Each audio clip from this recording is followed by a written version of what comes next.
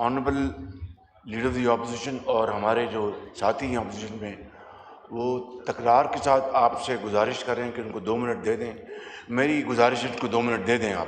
جی پھر پہلے ڈاکٹر فاروق ستار صاحب آپ بات کر لیں، پھر میں دے دیتا ہوں. جی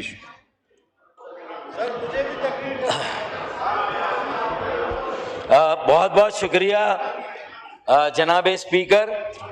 میں سمجھتا ہوں کہ اس وقت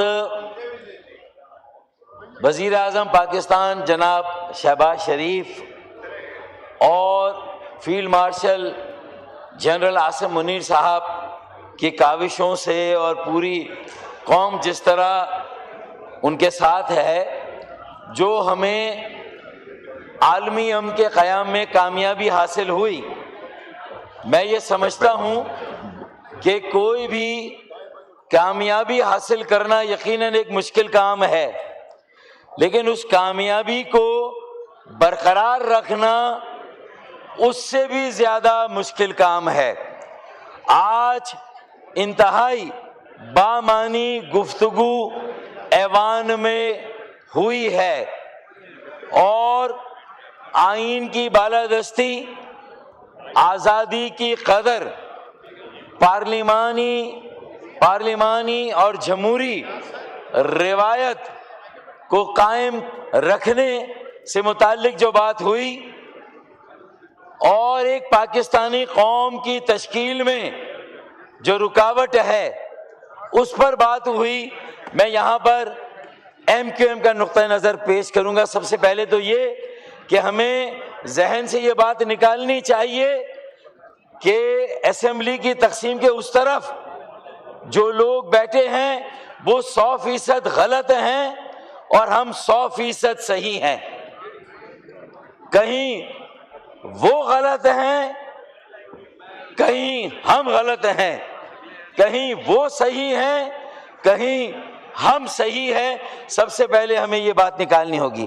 یہ جو پارسائی کے بڑے بڑے دعوے ہیں، ہمیں اس سے چھٹکارا حاصل کرنا ہوگا کہ اتنی نہ بڑا پاکیے داماں کی حکایت، اتنی نہ بڑا پاکیے داماں کی حکایت، دامن کو ذرا دیکھ، ذرا بند قبا دیکھ، تو سب کو سول سرچنگ کرنے کی ضرورت ہے، سب کو اپنے گریبان میں جھانکنے کی ضرورت ہے. اور آج اللہ تعالیٰ نے یہ جو موقع دیا ہے ہماری لیب میں، ہماری گود میں، یہ جو ایک پوری دنیا میں ہمیں عزت اور وقار حاصل ہوا، جہاں وزیر اعظم صاحب اور فیلڈ مارشل صاحب کو ہم خراج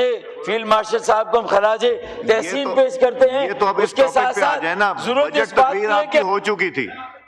جی کھولیں. اب مختصر یہ کہ ہمیں کسی عمرانی معاہدے کی طرف جانا ہوگا. بھائی آئین کی بالادستی قائم نہیں ہوئی تو اپنے گریبان میں بھی جھانکیں. آئینی، پارلیمانی، جمہوری روایتیں ان کی بالادستی نہیں قائم ہوئی تو ہمیں اس میں اپنے کردار کو بھی دیکھنا ہوگا. بھائی آئین کے تمام آرٹیکل اور شکے اتنے ہی مقدم ہیں جتنے جو آئین کی شکوں کا آپ حوالہ دیتے ہیں. آئین کا آرٹیکل 7، آئین کا آرٹیکل 32، آئین کا آرٹیکل 140A، اس پر کوئی بات نہیں کرتا.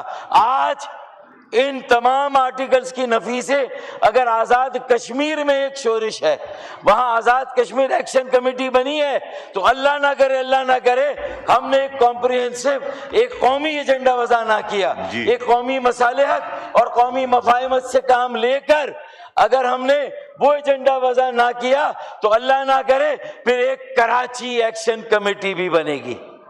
آج شہر کراچی ہے نا، یہ کراچی جن حالات میں ہیں، وہاں کا احساس محرومی، یہ باتیں بجٹ تقریر میں ہو چکی ہیں ڈاکٹر صاحب، یہ باتیں تو بجٹ تقریر میں ہو چکی ہیں نا. باپ کھولیں.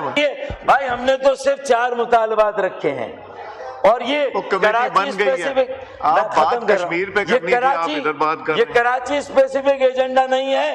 اگر کچھ ایک آدھ جماعت کے لیے 140 آئینی ترمیم کا ایجنڈا اگر کڑوا گھونٹ ہے تو ابھی پی لیں اسپیکر صاحب. اللہ نہ کرے اگر آج ہم نے یہ نہیں کیا کدھر تو ایکشن کل بہت ایکشن سارے پلان پہ کڑوے بات ہو رہی تھی کشمیر پہ، آپ کدھر لے گئے؟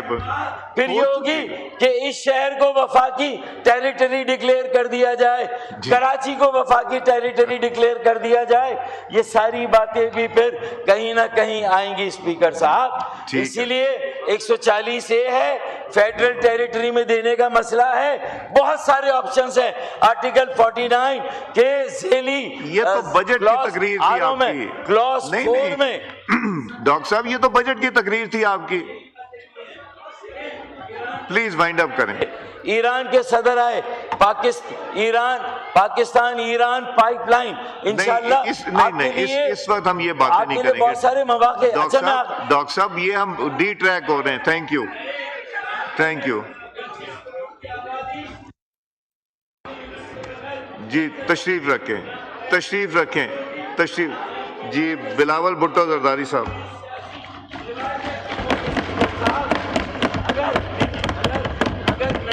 یہ بجٹ میں آپ تقریر میں بات کر چکے ہیں ساری، اب چھوڑ دیں ڈاکٹر صاحب، کرنے دیں پلیز جی۔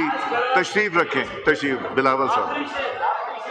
بسم اللہ الرحمن الرحیم۔ جناب اسپیکر، میں سب سے پہلے